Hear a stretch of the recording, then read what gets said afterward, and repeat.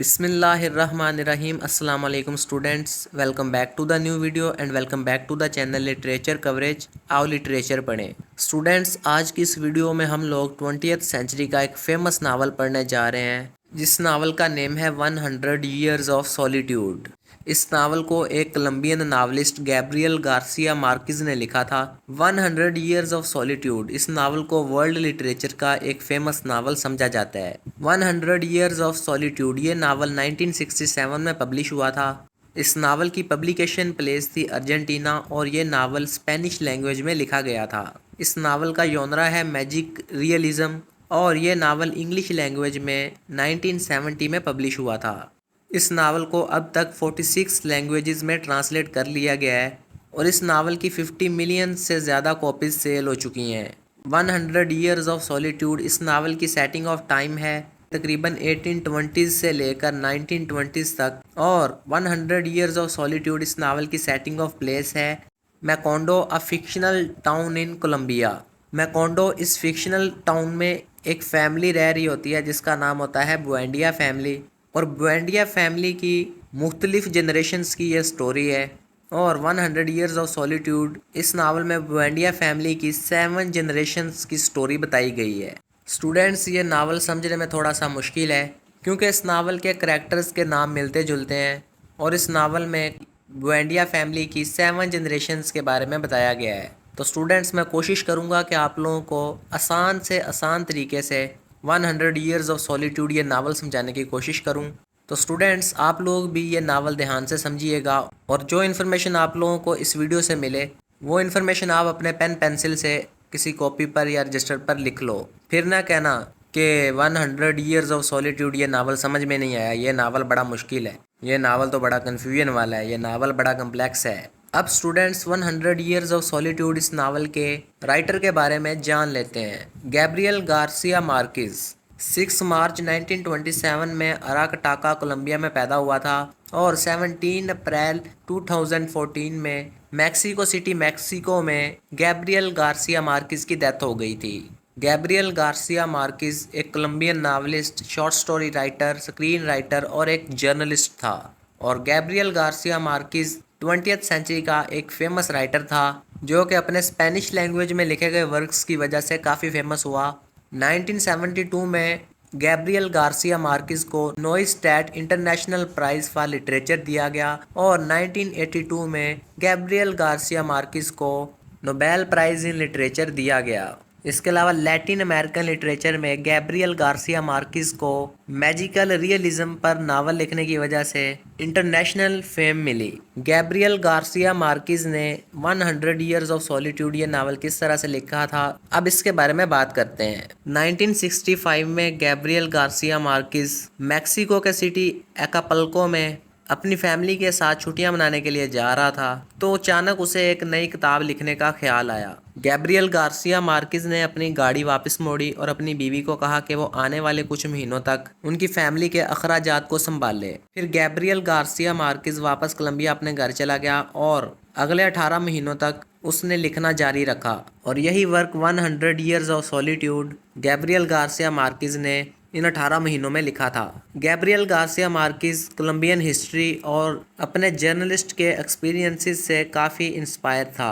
Gabriel Garcia मार्किज के maternal grand parents Nicholas रिकार्डो मार्किज और डोना ट्रैंक्विलिना इग्वारन courts का काफ़ी इन्फ्लुएंस था। निकोलस रिकार्डो मार्किज ने कोलंबिया में लड़ी जाने वाली एक सिविल वार द 1000 डेज वार में हिस्सा लिया था।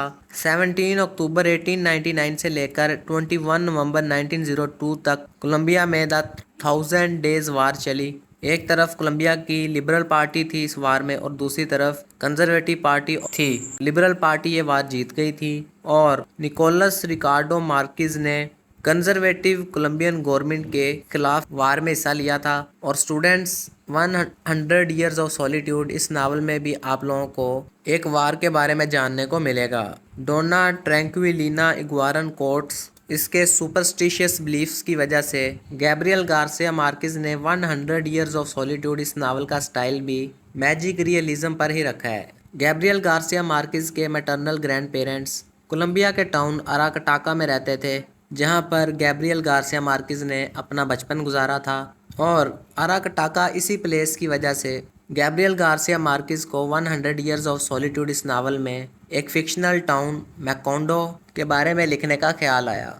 तो चलिए स्टूडेंट्स, अब बढ़ते हैं 100 ईयर्स ऑफ सॉलिट्यूड इस नावल की समरी की तरफ। स्टूडेंट्स, हम लोग इस नावल को एक सीक्वेंस में पढ़ेंगे ताकि आप लोगों को कोई कन्फ्यूजन ना हो। इस नावल की शुरुआत कुछ यूँ होती है कि कोलंबिया कंट्री के एक सिटी रियो हाचा में एक शख्स जोज आर्केडियो बुएंडिया और उसकी बीवी उर्सुला इग्वारन, ये दोनों अपने लिए एक नया घर बनाने का सोचते हैं और इसी सिलसिले में रियो हाचा इस शहर से बाहर चले जाते हैं। जोज आर्केडियो बुएंडिया और इसकी बीवी उर्सुला इग्वारन एक दरिया के किनारे सो रहे होते हैं कि जोज आर्केडियो बुएंडिया को मिरर्स से बने हुए एक सिटी का ख्वाब आता है। एक ऐसा शहर है, एक ऐसा टाउन है जो कि शीशों से बना हुआ है और उस टाउन का नाम होता है मैकोंडो। जोज आर्केडियो बुएंडिया उठ जाता है और अपनी बीवी को कहता है कि इस दरिया के किनारे जहाँ पर वो सो रहे थे, इसी जगह पर वो एक टाउन बनाएंगे जिसका नाम होगा मैकोंडो। कुछ वक़्त के बाद उर्सुला इग्वारन एक बेटे को जन्म देती है और जोज आर्केडिया बुएंडिया और उर्सुला इग्वारन इस बच्चे का नाम रखते हैं जोज आर्केडिया बुएंडिया। यानी कि जोज आर्केडिया बुएंडिया के पहले बेटे का नाम जोज आर्केडिया बुएंडिया ने अपने नाम पर ही रखा है। फिर आखिरकार कुछ वक़्त के बाद जोज आर्केडिया बुएंडिया मैकोंडो टाउन को इस्टेब्लिश कर लेता है और इस तरह से कुछ लोग मैकोंडो टाउन में रहना शुरू कर देते हैं। जोज आर्केडिया बुएंडिया और उर्सुला इग्वारन का दूसरा बेटा पैदा हो जाता है जिसका नाम ये लोग ओरलियानो बुएंडिया रख देते हैं। मैकोंडो टाउन में जोज आर्केडियो बुएंडिया से मिलने के लिए जिप्सीज का एक ग्रुप आता रहता है। जिप्सीज का ये ग्रुप जोज आर्केडियो बुएंडिया को नई नई चीज़ें लाकर दिखाता है। इस जिप्सी ग्रुप का लीडर मेलक्वाइडस जोज आर्केडियो बुएंडिया का दोस्त बन जाता है। मेलक्वाइडस जब भी मैकोंडो टाउन में आता है और जोज आर्केडियो बुएंडिया से मिलता है तो उसे नई नई इन्वेंशंस से इंट्रोड्यूस करवाता है, उससे मुख्तलिफ़ किस्म की टेक्नोलॉजी के बारे में बताता है। मेलक्वाइडस और जिप्सीज का ये ग्रुप अपने साथ मैग्नीफाइंग ग्लासेस, मैग्नेट्स और फ्लाइंग कारपेट्स और टेलीस्कोप्स जोज आर्केडियो बुएंडिया और मैकोंडो टाउन के लोगों को लाकर देता है। इसके अलावा मेलक्वाइडस कोड की फॉर्म में लिखी गई एक प्रोफेसी भी जोज आर्केडियो बुएंडिया को दे देता है। अब जोज आर्केडियो बुएंडिया को टेक्नोलॉजी का और एल्केमी का बहुत ज़्यादा शौक पड़ जाता है। 100 ईयर्स ऑफ सॉलिट्यूड इस नावल की स्टोरी फ्लैशबैक में जाती है जोज आर्केडियो बुएंडिया और उर्सुला इग्वारन के रियो हाचा सिटी को छोड़ने से पहले। असल में जोज आर्केडियो बुएंडिया और उर्सुला इग्वारन एक दूसरे के कज़न होते हैं और इन दोनों को एक दूसरे से प्यार हो जाता है और ये दोनों फिर एक दूसरे के साथ शादी करने का सोच लेते हैं, लेकिन इन दोनों के ख़ानदान के लोग इनकी एक दूसरे के साथ शादी नहीं करवाना चाहते क्योंकि जोज आर्केडियो बुएंडिया और उर्सुला इग्वारन ये एक दूसरे के कज़न होते हैं। और जोज आर्केडियो बुएंडिया और उर्सुला इग्वारन इन दोनों की फैमिली में कुछ वक्त पहले भी एक लड़की और लड़के ने शादी की थी जो कि एक दूसरे के कज़न थे और शादी के बाद उनके घर एक बच्चा पैदा हुआ। उस बच्चे की एक टेल भी थी जो कि एक पिग की टेल थी। जोज आर्केडियो बुएंडिया और उर्सुला इग्वारन जब ये दोनों एक दूसरे के साथ शादी करना चाहते थे तो इनके ख़ानदान वालों ने इनको डराया कि ये दोनों कज़न हैं, अगर इन दोनों ने शादी कर ली तो इनके बच्चे भी पिग की टेल के साथ पैदा होंगे। लेकिन फिर भी जोज आर्केडियो बुएंडिया और उर्सुला इग्वारन ने शादी कर ली और इन दोनों ने ये डिसाइड किया कि ये शादी के बाद सेक्स नहीं करेंगे। जोज आर्केडियो बुएंडिया और उर्सुला इग्वारन की शादी के कुछ वक्त बाद जब इनके घर बच्चा पैदा नहीं हुआ तो लोगों ने जोज आर्केडियो बुएंडिया का मजाक उड़ाना शुरू कर दिया कि जोज आर्केडियो बुएंडिया बच्चे पैदा करने के काबिल ही नहीं है। एक आदमी जिसका नाम था प्रूडेंशियो अग्वाइलर, वो जोज आर्केडियो बुएंडिया का बड़ा मजाक उड़ाया करता था कि जोज आर्केडियो बुएंडिया बच्चे पैदा नहीं कर सकता, ये इम्पोर्टेंट है, ये नामर्द है। अब जोज आर्केडियो बुएंडिया को बड़ा गुस्सा आया। गुस्से में आकर उसने प्रूडेंशियो अग्वाइलर इसको मार दिया, कत्ल कर दिया और अपनी बीवी उर्सुला इग्वारन के साथ सेक्स कर लिया। अब उर्सुला इग्वारन डर रही थी कि उसके घर पिग की टेल वाले बच्चे पैदा होंगे। अब जोज आर्केडियो बुएंडिया ने जिस आदमी को मारा था ना, प्रूडेंशियो अग्वाइलर को, उसका भूत जोज आर्केडियो बुएंडिया को बड़ा तंग करता था। फिर क्या हुआ, स्टोरी प्रेजेंट में वापस आ जाती है। जिप्सीज का ग्रुप जोज आर्केडियो बुएंडिया को आइस का एक ब्लॉग दिखाता है जो कि उसे बड़ा पसंद आता है। इसी दौरान क्या होता है कि मैकोंडो टाउन में एक औरत आ जाती है जिसका नाम होता है पाइलर टर्नेरा। पायलर टर्नेरा जब टीनेजर थी तो एक आदमी ने इसका रेप कर दिया था। उस आदमी से भागकर पायलर टर्नेरा मैकोंडो टाउन में आ गई। इस टाइम पर जोस आर्केडियो बुएंडिया के दोनों बेटे जोस आर्केडियो बुएंडिया वन और ओरलियानो बुएंडिया, ये दोनों बड़े हो चुके हैं। दोनों अब टीनेजर हैं। जोस आर्केडियो बुएंडिया वन को पायलर टर्नेरा सिड्यूस करती है और जोस आर्केडियो बुएंडिया वन पायलर टर्नेरा के साथ सेक्स कर लेता है और पायलर टर्नेरा प्रेग्नेंट हो जाती है। पायलर टर्नेरा मैकोंडो टाउन में लोगों को अपने कार्ड्स के साथ उनके फ्यूचर के बारे में बताती है। अब जोस आर्केडियो बुएंडिया पायलर टर्नेरा को प्रेग्नेंट करने के बाद जिप्सीज के ग्रुप के साथ मैकोंडो टाउन को छोड़कर भाग जाता है। इसके बाद जोस आर्केडियो बुएंडिया और उर्सुला इग्वारन के घर एक बेटी पैदा होती है जिसका नाम वो लोग अमारेंटा रखते हैं। अब उर्सुला इग्वारन को अपने बेटे जोस आर्केडियो वन के गायब होने की बड़ी परेशानी होती है और वो अपने बेटे को ढूंढना शुरू कर देती है। उर्सुला इग्वारन को इसका बेटा जोस आर्केडियो बुएंडिया वन तो नहीं मिलता, लेकिन उर्सुला इग्वारन किसी दूसरी जगह चली जाती है जहाँ पर लोग रह रहे होते हैं। इस तरह से मैकोंडो टाउन के लोगों का दूसरे टाउन या सिटीज़ के लोगों के साथ राब्ता हो जाता है। उर्सुला इग्वारन का हस्बैंड जोस आर्केडियो बुएंडिया भी चाहता था कि मैकोंडो टाउन के लोगों का दूसरे सिटीज़ और टाउन्स के लोगों के साथ राब्ता हो, कनेक्शन हो, और उर्सुला इग्वारन कोई दूसरा टाउन या सिटी ढूंढ लेती है और दूसरे सिटीज़ और टाउन्स के लोग भी फिर मैकोंडो टाउन में आना शुरू कर देते हैं। अब पायलर टर्नेरा जोस आर्केडियो बुएंडिया वन के बेटे को जन्म देती है जिसका नाम ये लोग आर्केडियो रख देते हैं। आर्केडियो जोस आर्केडियो बुएंडिया वन और पायलर टर्नेरा का इलेजिटिमेट चाइल्ड है। अब उर्सुला इग्वारन की एक कज़न है जिसका नाम होता है रेबेका। रेबेका के फादर निकैनोर अलोवा और इसकी मदर रेबेका मोंटियल की डेथ हो जाती है और अब रेबेका एक ऑर्फन चाइल्ड है। तो उर्सुला इग्वारन और जोस आर्केडियो बुएंडिया रेबेका को अडॉप्ट कर लेते हैं। अब रेबेका को एक बीमारी होती है इंसोम्निया, जिसकी वजह से मेमोरी लॉस हो जाता है। ये बीमारी पूरे मैकोंडो टाउन के लोगों में फैल जाती है जिसकी वजह से लोगों की जो याददाश्त है, जो उनकी मेमोरी है, वो लॉस होनी शुरू हो जाती है। फिर मेलक्वाइडस मैकोंडो टाउन में आकर इंसोम्निया बीमारी का इलाज ढूंढ कर देता है और ये बीमारी इंसोम्निया ख़त्म हो जाती है।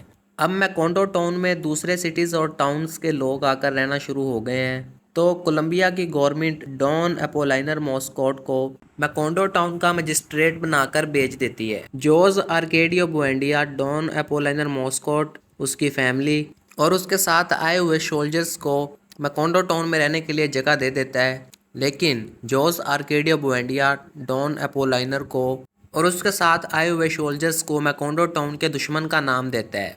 अब डॉन अपोलाइनर मॉस्कोट बुएंडिया फैमिली का दुश्मन है, लेकिन जोस आर्केडियो बुएंडिया का दूसरा बेटा ओरलियानो, वो डॉन अपोलाइनर की बेटी रेमेडियस मॉस्कोट के प्यार में पड़ जाता है। ओरलियानो अपने पेरेंट्स जोस आर्केडियो बुएंडिया और उर्सुला इग्वारन को बताता है कि वो रेमेडियस के साथ शादी करना चाहता है, लेकिन रेमेडियस की एज अभी कम होती है, वो शादी के काबिल नहीं होती।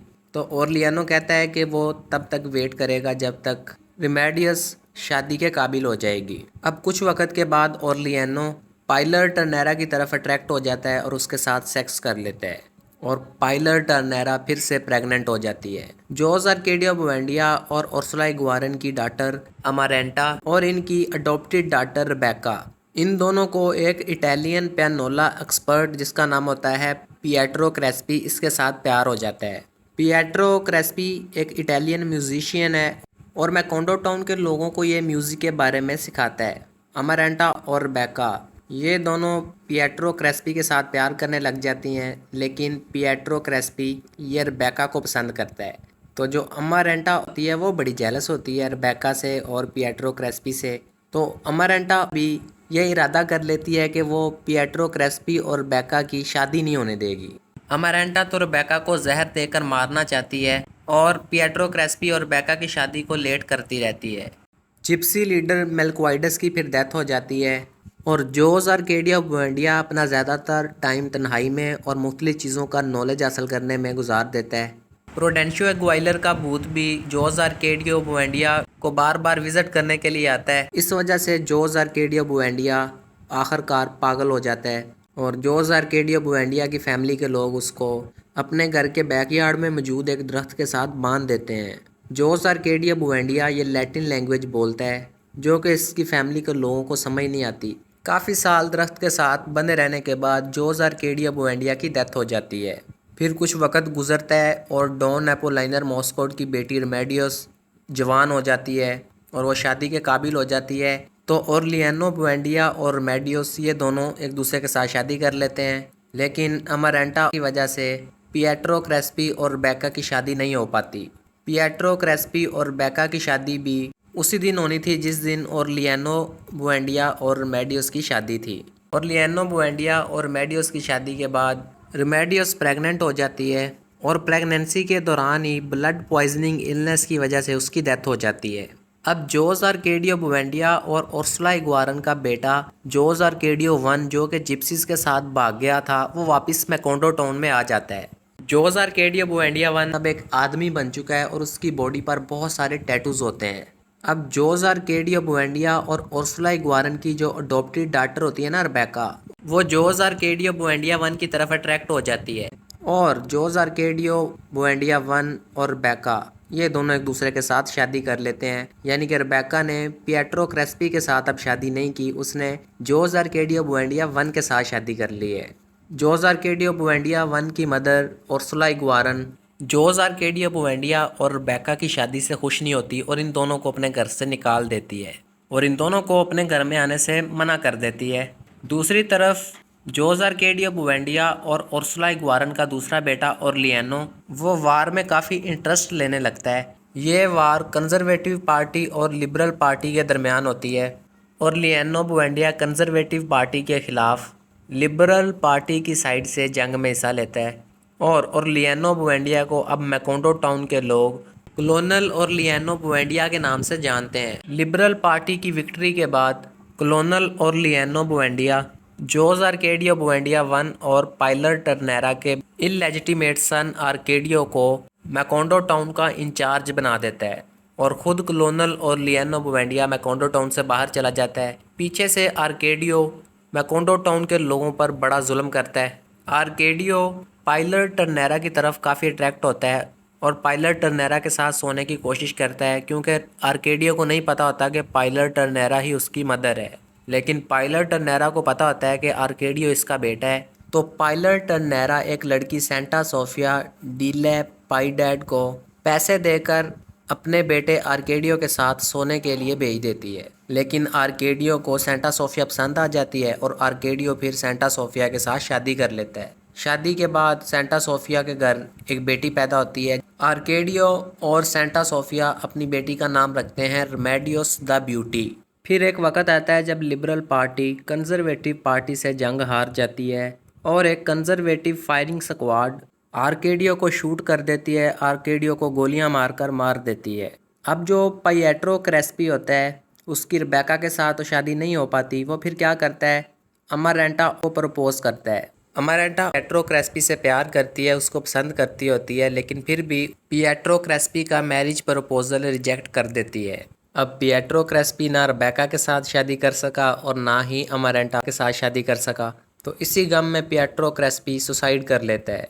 अमारेंटा को जब पिएट्रो क्रेस्पी की सुसाइड के बारे में पता चलता है तो वो खुद को सजा देने के लिए अपना हाथ जला लेती है और फिर अपने जले हुए हाथ के ऊपर एक ब्लैक बैंडेज बांध लेती है और उस ब्लैक बैंडेज को अमारेंटा अपने जले हुए हाथ पर अपनी बाकी सारी ज़िंदगी बांधी रखती है। कलोनल ओरलियानो बुएंडिया और कलोनल गैरिनेल्डो मार्किस ये दोनों लिबरल पार्टी को सपोर्ट कर रहे होते हैं वार में, और जब लिबरल पार्टी जंग हार जाती है तो कलोनल ओरलियानो बुएंडिया और कलोनल गैरिनेल्डो मार्किस को कंजर्वेटिव पार्टी की तरफ से सजाए मौत सुना दी जाती है कि फायरिंग स्क्वाड कलोनल ओरलियानो बुएंडिया और कलोनल गैरिनेल्डो मार्किस को गोलियां मारकर मार देगी। लेकिन कलोनल ओरलियानो बुएंडिया की एग्जीक्यूशन के आखिरी मिनट में कलोनल ओरलियानो बुएंडिया का भाई जोस आर्केडियो बुएंडिया वन आकर उसको एग्जीक्यूशन से बचा लेता है और कलोनल ओरलियानो बुएंडिया दोबारा से जंग में शामिल हो जाता है। लेकिन लिबरल पार्टी के ऑफिशियल्स कलोनल ओरलियानो बुएंडिया को अपनी आर्मी में शामिल नहीं होने देते। कलोनल ओरलियानो बुएंडिया को भी लगता है कि वो अब मज़ीद जंग में हिस्सा नहीं ले सकेगा, तो वो लिबरल पार्टी की आर्मी को छोड़ देता है। अब जोस आर्केडियो बुएंडिया वन और पाइलर टर्नेरा का इलेजिटिमेट सन आर्केडियो के मरने से पहले उसकी बीवी सेंटा सोफिया वो प्रेग्नेंट होती है और आर्केडियो की डेथ के बाद वो उसके ट्विन सन्स को जन्म देती है। सेंटा सोफिया अपने ट्विन सन्स का नेम रखती है जोस आर्केडियो सिगंडो और ओरलियानो सिगंडो।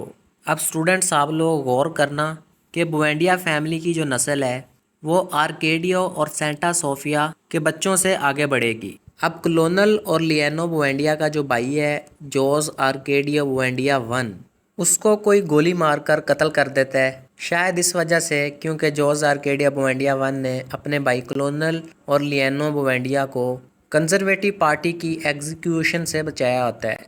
तो जोस आर्केडियो बुएंडिया वन भी मर चुका है और जोस आर्केडियो बुएंडिया वन और पाइलर टर्नेरा का इलेजिटिमेट सन आर्केडियो भी मर चुका है। जोस आर्केडियो बुएंडिया वन की डेथ के बाद उसकी बीवी रिबेका वो सॉलिट्यूड में रहना शुरू कर देती है और अपनी बाकी पूरी ज़िंदगी वो तन्हाई में सॉलिट्यूड में ही गुजार देती है। अब क्लोनल गैरिनेल्डो मार्किस ये भी कंजर्वेटिव पार्टी की एग्जीक्यूशन से बच जाता है और मैकोंडो टाउन पर हुकूमत करनी शुरू कर देता है।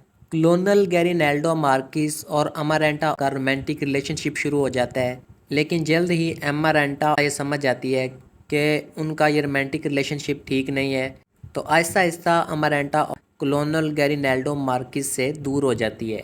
और स्टूडेंट्स आप लोगों को पता है कि जोस आर्केडियो बुएंडिया जो कि मैकोंडो टाउन का फाउंडर था वो भी दरख्त के साथ बंधा हुआ मर जाता है। स्टूडेंट्स क्लोनल और लियानो बुएंडिया और पाइलर टर्नेरा का भी एक इलेजिटिमेट चाइल्ड होता है जिसका नाम ये लोग और लियानो जोस रखते हैं।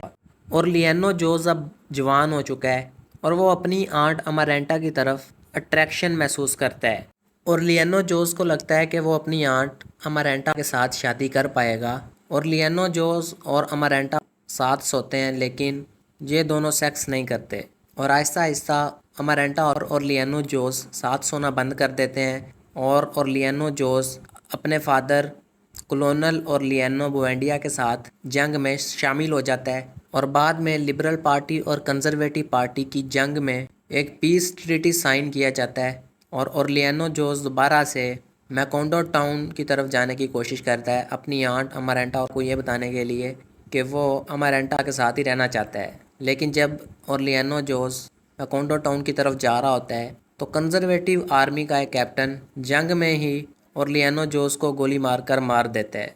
क्लोनल और लियानो बुएंडिया ने 32 सिविल वार्स में हिस्सा लिया। इन सिविल वार्स में क्लोनल और लियानो बुएंडिया ने कुछ औरतों के साथ रिलेशनशिप्स बनाए और इस तरह से क्लोनल और लियानो बुएंडिया के 17 मुख्तलिफ औरतों से 17 बच्चे पैदा हुए और क्लोनल और लियानो बुएंडिया ने उन 17 बच्चों का नाम और लियानो ही रखा था।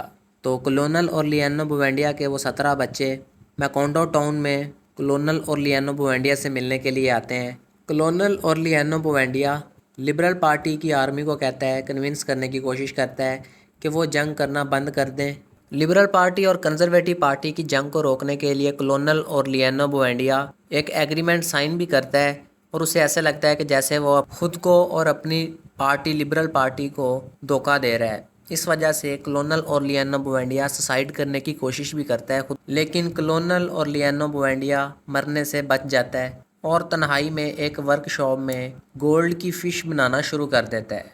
अब आर्केडियो और सेंटा सोफिया के जो ट्विन सन्स होते हैं जोस आर्केडियो सिगंडो और लियानो सिगंडो, वो दोनों एक जैसे ही नज़र आते हैं। इन दिनों मैकोंडो टाउन में एक औरत पेट्रा कोट्स अपने हस्बैंड के साथ रहने के लिए आ जाती है। जब पेट्रा कोट्स के हस्बैंड की डेथ हो जाती है तो वो जोस आर्केडियो सिगंडो के साथ रिलेशनशिप बना लेती है। एक दिन पेट्रा कोट्स जोस आर्केडियो सिगंडो के जुड़वा भाई और लियानो सिगंडो से मिलती है और उसके साथ भी रिलेशनशिप बना लेती है, क्योंकि उसे नहीं पता होता कि जोस आर्केडियो सिगंडो और लियानो सिगंडो जुड़वा भाई हैं और वो एक जैसे नज़र आते हैं। फिर जोस आर्केडियो सिगंडो पेट्रा कोट्स को छोड़ने का फ़ैसला कर लेता है, लेकिन लियानो सिगंडो और पेट्रा कोट्स का रिलेशनशिप चलता रहता है। और लियानो सिगंडो और पेट्रा कोट्स को लगता है कि जब ये दोनों प्यार करते हैं तो इसका असर इनके लाइफ स्टॉक पर होता है और इनके लाइफ स्टॉक का फर्टिलिटी रेट बढ़ जाता है। स्टूडेंट्स आप लोग ये भी अपने जहन में रखना कि जोस आर्केडियो सिगंडो और लियानो सिगंडो की एक बहन भी है जिसका नाम है रिमेडियोस द ब्यूटी। उर्सुला इगुआरन, जो कि जोस आर्केडियो बुएंडिया की बीवी होती है, वो अभी तक जिंदा होती है। फिर क्या होता है, मैकोंडो टाउन में एक किस्म का कार्निवल हो रहा होता है। इस कार्निवल में queen of the local carnival इस टाइटल के लिए 5,000 लड़कियां हिस्सा लेती हैं। जो लड़की इन 5,000 लड़कियों में सबसे ज़्यादा खूबसूरत होगी उसे queen of the local carnival का टाइटल दिया जाएगा। तो जोस आर्केडियो सिगंडो और ओरलियानो सिगंडो की बहन रेमेडियस द ब्यूटी वो भी इस कार्निवल में हिस्सा लेती है। रेमेडियस द ब्यूटी काफ़ी खूबसूरत होती है, लेकिन एक और लड़की जिसका नाम होता है फर्नांडा डेल कार्पियो, वो भी बड़ी खूबसूरत होती है और रेमेडियस द ब्यूटी के साथ compete करने के लिए इस कार्निवल में हिस्सा लेती है। रेमेडियस द ब्यूटी को क्वीन ऑफ द कार्निवल का टाइटल दे दिया जाता है, लेकिन कुछ लोग कहते हैं कि फर्नांडा डेल कार्पियो को क्वीन ऑफ द कार्निवल का टाइटल दिया जाना चाहिए। इस वजह से इस कार्निवल के क्राउड में एक लड़ाई होनी शुरू हो जाती है। लड़ाई इतनी ज़्यादा बढ़ जाती है कि क्राउड में बहुत सारे लोग मर जाते हैं। फर्नांडा डेल कार्पियो का ताल्लुक एक अमीर फैमिली से होता है, लेकिन उस अमीर फैमिली की फाइनेंशियल कंडीशन अब ज़्यादा अच्छी नहीं होती। कार्निवल के बाद ओरलियानो सिगंडो और फर्नांडा डेल कार्पियो ये शादी कर लेते हैं। ओरलियानो सिगंडो फर्नांडा डेल कार्पियो के साथ शादी करने के बावजूद भी पेट्रा कोट्स के साथ अपना रिलेशनशिप जारी रखता है। ओरलियानो सिगंडो और पेट्रा कोट्स ये मिलकर लॉटरी का कोई काम करते हैं और काफ़ी पैसे कमाते हैं। ओरलियानो सिगंडो और फर्नांडा डेल कार्पियो के 3 बच्चे होते हैं, एक बेटा और 2 बेटियां। ओरलियानो सिगंडो और फर्नांडा डेल कार्पियो के बेटे का नाम होता है जोस आर्केडियो और इनकी बेटियों का नाम होता है अमारेंटा उर्सुला और रेनाटा रेमेडियस। रेनाटा रेमेडियस का नाम मीम भी है। अब क्लोनल ओरलियानो बुएंडिया के जो 17 बेटे होते हैं ओरलियानोस, वो भी जवान हो जाते हैं। इन 17 ओरलियानोस में 4 ओरलियानोस, ओरलियानो ट्रिस्टी, ओरलियानो सेराडोर, ओरलियानो आर्केया और ओरलियानो सेंटेनो, ये लोग मैकोंडो टाउन में स्टे करने का इरादा करते हैं और बुएंडिया फैमिली का हिस्सा बन जाते हैं। ओरलियानो ट्रिस्टी और ओरलियानो सेंटेनो अपने ग्रैंडफादर जोस आर्केडियो बुएंडिया का ख्वाब पूरा करने के लिए मैकोंडो टाउन में एक आइस फैक्ट्री बनाते हैं और एक रेल रोड भी बनाते हैं, जो कि मैकोंडो टाउन को दुनिया के दूसरे शहरों के साथ जोड़ता है। रेल रोड के बनने की वजह से मैकोंडो टाउन में ट्रेन पर बैठकर बहुत सारे लोग आते हैं और फॉरेन इन्वेस्टर्स मैकोंडो टाउन का विज़िट करते हैं और मैकोंडो टाउन के रिवर के पार बहुत सारे बनाना के प्लांट्स लगा देते हैं। आहिस्ता आहिस्ता मैकोंडो टाउन का नक्शा बदल जाता है। मैकोंडो टाउन की अपीयरेंस पहले जैसी नहीं रहती। क्लोनल ओरलियानो बुएंडिया को ये देखकर बड़ा गुस्सा आता है। वो दोबारा से जंग शुरू करने का सोचता है ताकि मैकोंडो टाउन को उसकी ओरिजिनल स्टेट में लाया जा सके। क्लोनल ओरलियानो बुएंडिया अपने 17 बेटों ओरलियानोस को आर्मी के तौर पर इस्तेमाल करने का सोचता है, लेकिन क्लोनल ओरलियानो बुएंडिया के 17 में से 16 बेटों को अननाउन असैसिन्स गोलियां मारकर मार देते हैं। क्लोनल ओरलियानो बुएंडिया का एक ही बेटा जिंदा बचता है, जिसका नाम होता है ओरलियानो एमाडोर। ओरलियानो एमाडोर अपनी जान बचाने के लिए जंगल में भाग जाता है। उर्सुला इगुआरन अब काफ़ी बूढ़ी और ब्लाइंड हो चुकी है, लेकिन वो अपनी ब्लाइंडनेस को सीक्रेट ही रखती है। अपने फैमिली मेम्बर्स को अपनी ब्लाइंडनेस के बारे में नहीं बताती और ऐसे बिहेव करती है उर्सुला इगुआरन जैसे उसकी आंखें बिल्कुल ठीक हैं और उसे उसकी आंखों से दिखाई देता है। ओरलियानो सिगंडो का बेटा जोस आर्केडियो और इसकी बेटी रेनाटा रेमेडियोस यानी कि मीम, ये बच्चे स्कूल जाना शुरू कर देते हैं और ओरलियानो सिगंडो पेट्रा कोट्स के साथ अपना रिलेशनशिप जारी रखता है। अब स्टूडेंट्स, क्लोनल ओरलियानो बुएंडिया भी एक दिन मर जाता है। फर्नांडा डेल कार्पियो की दूसरी बेटी पैदा हो जाती है जिसका नाम होता है अमारेंटा उर्सुला। इसके बारे में स्टूडेंट्स मैंने आप लोगों को बता दिया था पहले ही। अब देखें 100 ईयर्स ऑफ सॉलिट्यूड, इस नावल में अमारेंटा नाम के 2 करैक्टर्स हैं। जोस आर्केडियो बुएंडिया और उर्सुला इगुआरन की जो बेटी है ना अमारेंटा, वो क्या करती है, वो अपने लिए एक कफन सीना शुरू कर देती है और जब अमारेंटा अपना कफन मुकम्मल सी लेती है उस वक़्त उसकी डेथ हो जाती है। उर्सुला इगुआरन के अब तीनों बच्चे मर चुके हैं। जोस आर्केडियो बुएंडिया भी मर चुका है, क्लोनल ओरलियानो बुएंडिया भी मर चुका है और अमारेंटा भी मर चुकी है। इसी दुख में उर्सुला इगुआरन अपने बेड पर लेट जाती है और कई सालों तक मूव नहीं कर पाती। रेनाटा रेमेडियस, जिसका नाम मीम भी है, उसे एक मैकेनिक के साथ प्यार हो जाता है जिसका नाम होता है मोरिशियो बेबीलोनिया। फर्नांडा डेल कार्पियो को जब मीम और मॉरिशियो बेबीलोनिया के रिलेशनशिप के बारे में पता चलता है तो वो मीम को मना करती है कि वो मॉरिशियो बेबीलोनिया के साथ ना मिले, लेकिन रात के टाइम पर मॉरिशियो बेबीलोनिया मीम के साथ लव करने के लिए उससे मिलता है। फिर फर्नांडा डेल कार्पियो क्या करती है, वो एक गार्ड को हायर करती है और उसे कहती है कि अगर दोबारा मॉरिशियो बेबीलोनिया मीम से मिलने के लिए आया तो वो गार्ड मॉरिशियो बेबीलोनिया को गोली मार दे। तो वो गार्ड ऐसे करता है। मॉरिशियो बेबीलोनिया जब दोबारा मीम से मिलने के लिए आता है तो वो गार्ड मॉरिशियो बेबीलोनिया को गोली मार देता है, जिसकी वजह से मॉरिशियो बेबीलोनिया पैरालाइज हो जाता है। फिर फर्नांडा डेल कार्पियो अपनी बेटी मीम को एक कॉन्वेंट में भेज देती है। कॉन्वेंट ईसाई औरतों की रिलीजियस रेजिडेंस होती है। कुछ महीनों के बाद बुएंडिया हाउस में एक नन आती है और अपने साथ मॉरिशियो बेबीलोनिया और मीम के इललेजिटिमेट चाइल्ड को भी लेकर आती है। मॉरिशियो बेबीलोनिया और मीम के बच्चे का नाम बुएंडिया फैमिली के लोग और लिएनो बेबीलोनिया रख देते हैं।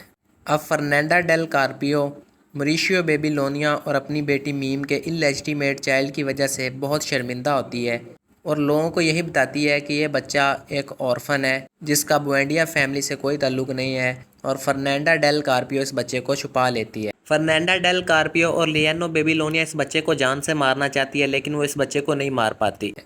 अब जोस आर्केडियो सिगंडो यानी कि ओरलियानो सिगंडो का ट्विन ब्रदर, वो बनाना प्लांटेशन वर्कर्स की कंडीशंस को बेहतर करने के लिए, उनकी माली हालत को बेहतर करने के लिए एक स्ट्राइक ऑर्गेनाइज करता है।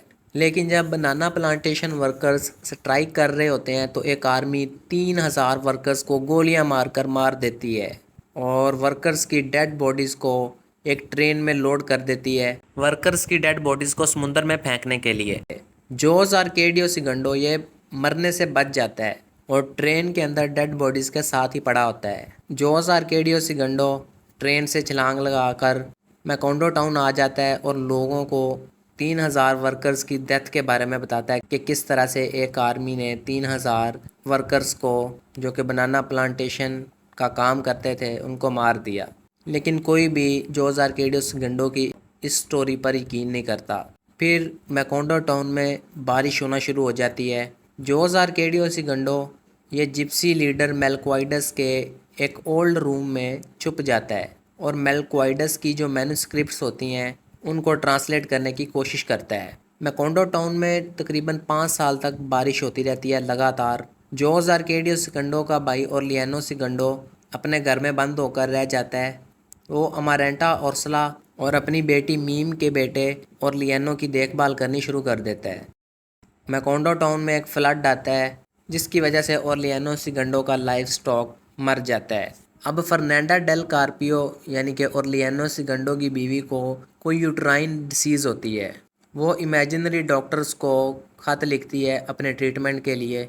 अब बुएंडिया फैमिली की फ़ाइनेंशियल कंडीशन अच्छी नहीं है तो ओरलियानो सिगंडो क्या करता है, वो गोल्ड कॉइन्स को एक ख़जाने को ढूंढना शुरू कर देता है, जिस ख़जाने को उर्सुला इग्वारन ने बुएंडिया फैमिली के घर के इर्द गिर्द कहीं ज़मीन में छुपाया था। तो ओरलियानो सिगंडो बुएंडिया फैमिली के घर के इर्द गिर्द ज़मीन को खोदना शुरू कर देता है ख़जाना ढूंढने के लिए। मैकोंडो टाउन में इतनी ज़्यादा बारिश हुई थी कि मैकोंडो टाउन के बहुत सारे लोग इस बारिश में आने वाले सैलाब की वजह से मर गए। उर्सुला इग्वारन आखिरकार अपने बेड से उठती है और 120 साल की एज में मर जाती है। अब ओरलियानो सिगंडो का वेट अचानक से कम होना शुरू हो जाता है और उसे पैसे कमाने की बड़ी जल्दी होती है, क्योंकि उसने वो पैसे अपनी बेटी अमारेंटा ओर्सला को बेल्जियम के कैपिटल सिटी ब्रसल्स में एक स्कूल में दाखिल करवाने के लिए देने होते हैं।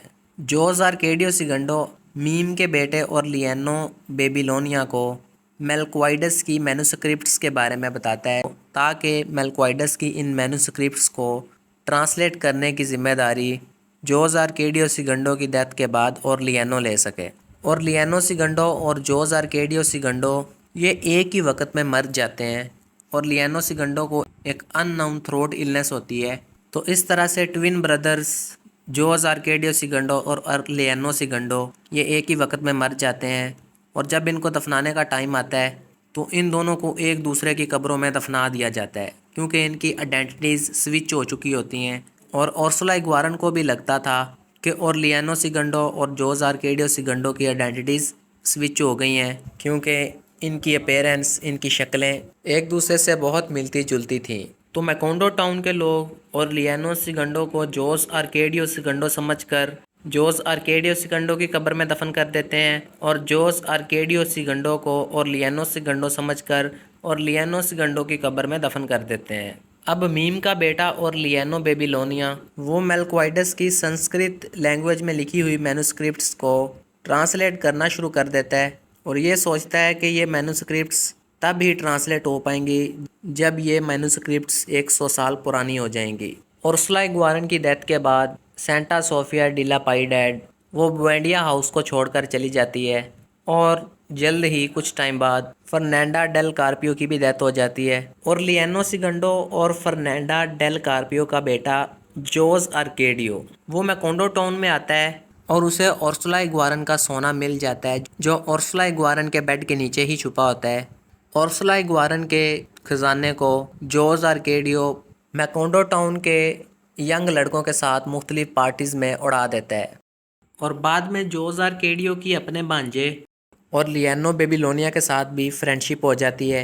जोस आर्केडियो का ये प्लान होता है कि वो अपने नेफ्यू और लियानो बेबीलोनिया को एक बिज़नेस सेट करके देगा, लेकिन फिर एक दिन मैकोंडो टाउन के 4 जवान लड़के जोस आर्केडियो के घर आ जाते हैं, और जोस आर्केडियो को उसके बाथरूम में कत्ल कर देते हैं, मार देते हैं, और जोस आर्केडियो का सोना लेकर भाग जाते हैं। और लियानो सिगंडो और फर्नांडा डेल कार्पियो की बेटी अमारेंटा उर्सुला ब्रसल्स से अपने हस्बैंड गैस्टोन के साथ मैकोंडो टाउन में वापस आ जाती है। और लियानो बेबीलोनिया जब अमारेंटा उर्सुला को देखता है तो उसे अमारेंटा उर्सुला से प्यार हो जाता है, और लियानो बेबीलोनिया मेलक्वाइडस की मैन्युस्क्रिप्ट्स को ट्रांसलेट कर रहा होता है, लेकिन वो अमारेंटा उर्सुला की तरफ अट्रैक्शन फील करता है और मेलक्वाइडस की मैन्युस्क्रिप्ट्स को ट्रांसलेट करना बंद कर देता है। अमारेंटा उर्सुला का हस्बैंड गैस्टोन एक बिजनेस ट्रिप के सिलसिले में मैकोंडो टाउन से बाहर चला जाता है, और अमारेंटा उर्सुला और लियानो बेबीलोनिया का रोमांटिक रिलेशनशिप शुरू हो जाता है। दोनों एक दूसरे से प्यार करने लग जाते हैं, और लियानो बेबीलोनिया को नहीं पता होता कि अमारेंटा उर्सुला उसकी खाला है।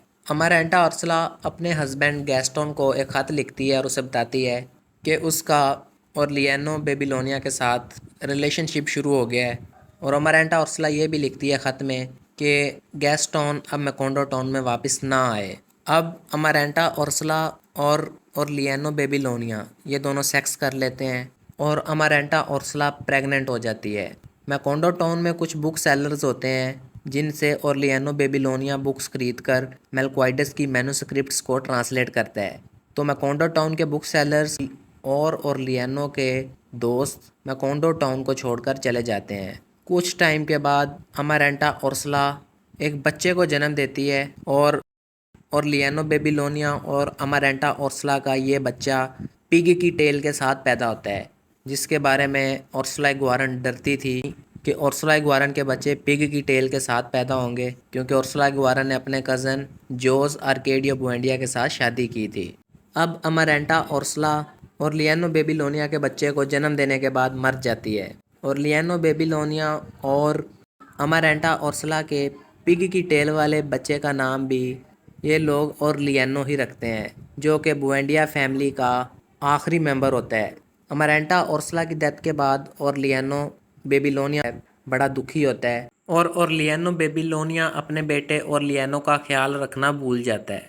अचानक से जब ओरलियानो बेबीलोनिया को अपने बेटे और लियानो के बारे में याद आता है, तो वो उसे आकर देखता है, लेकिन उस बच्चे को चींटियाँ खा चुकी होती हैं। तो इस तरह से ओरलियानो बेबीलोनिया की खाला आंट अमारेंटा उर्सुला की भी डेथ हो जाती है, और इनके बच्चे ओरलियानो की भी डेथ हो जाती है।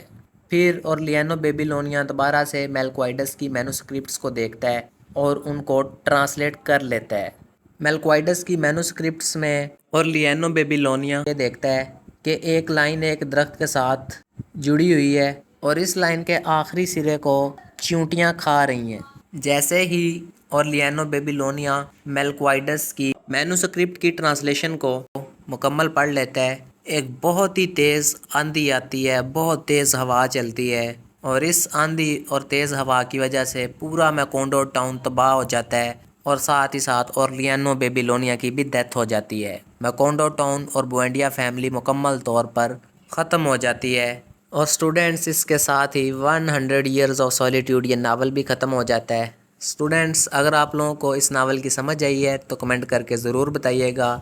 अगर आप लोगों को इस नावल की समझ नहीं आई तो इस वीडियो को दोबारा से देखिएगा। और स्टूडेंट्स, इस वीडियो में मौजूद बुएंडिया फैमिली के फैमिली चार्ट को आप लोग अपनी कॉपी पर कोई 4-5 बार बना लेना। इससे आप लोगों को इस नावल की समरी और इस नावल के करैक्टर्स की समझ आ जाएगी। तो स्टूडेंट्स, आज की वीडियो यहीं पे एंड करते हैं।